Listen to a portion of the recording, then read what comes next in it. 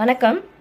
தமிழ்நாட்டில் 500க்கும் மேற்பட்ட டாஸ்மாக் கடைகளும் 5000த்திற்கும் மேற்பட்ட நூலகங்கள் இருக்குன்னு ஒரு கரண்ட் டேட்டா கூட தெரியாமல் படிக்காமல் பொது மேடையில் ஏறி அரைவேக்காட்டுத்தனமாக உளறி கொட்டியவங்க தான் இந்த திராவிட கழகத்தின் போர்வால் திமுகவின் ஆகப்பெரும் செம்பு தூக்கி மதிவதனி அவர்கள்.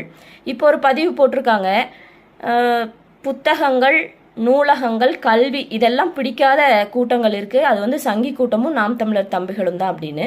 சங்கி கூட்டத்தை கூட இன்னைக்கு நீங்கள் அடிச்சுக்குவீங்க, நாளைக்கு சேர்ந்துக்குவீங்க, அது உங்களோட பிரச்சனை. நாம் தமிழர் தம்பிகள் புத்தகம் படிக்கலன்னு நீங்கள் சொல்கிறதே உங்களோட அறிவிலித்தனத்தை தான் காட்டுது.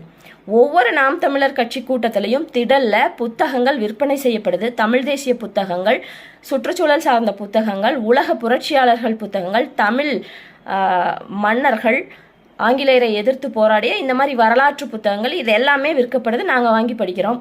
உள்ளரங்கு கூட்டத்தில் கூட கூட்டம் முடிஞ்சு வெளியில் வரும்போது புத்தகங்கள் விற்பனை செய்யப்படுது.